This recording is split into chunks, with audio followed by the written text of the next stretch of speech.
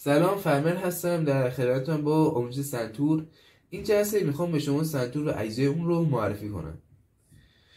به این سنتور میگن. سنتور روی یک میز مخصوص قرار داره و شما نباید روی هر میزی سنتور رو قرار بدین.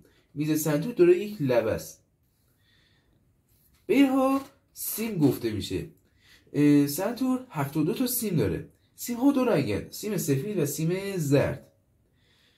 به این قسمت ها که در تصویر مشاهده میکنید خرک گفته میشه.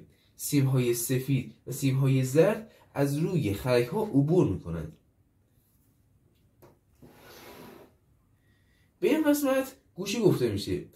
ما با تعداد سیم های سنتور که 72 تاست 72 تا هم گوشی داریم و کاربرد این مغز در کوک کردن سنتور در دستگاه های مختلفه، مثل شور، همایون، سگاه، چاگاه و غیره.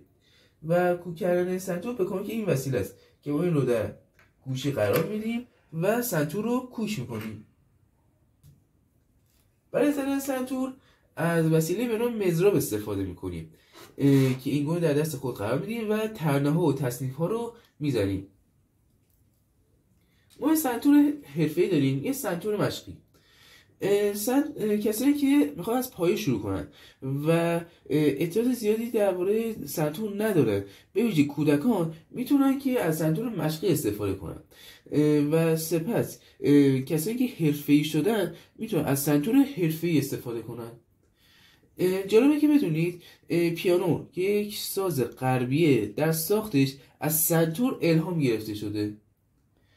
بهتره که بدونید سنتور رو باید همیشه تمیز نگه دارید. برای تمیز کردن سنتور هم هیچ وقت نباید از دستمال نمدار یا خیس استفاده کنید.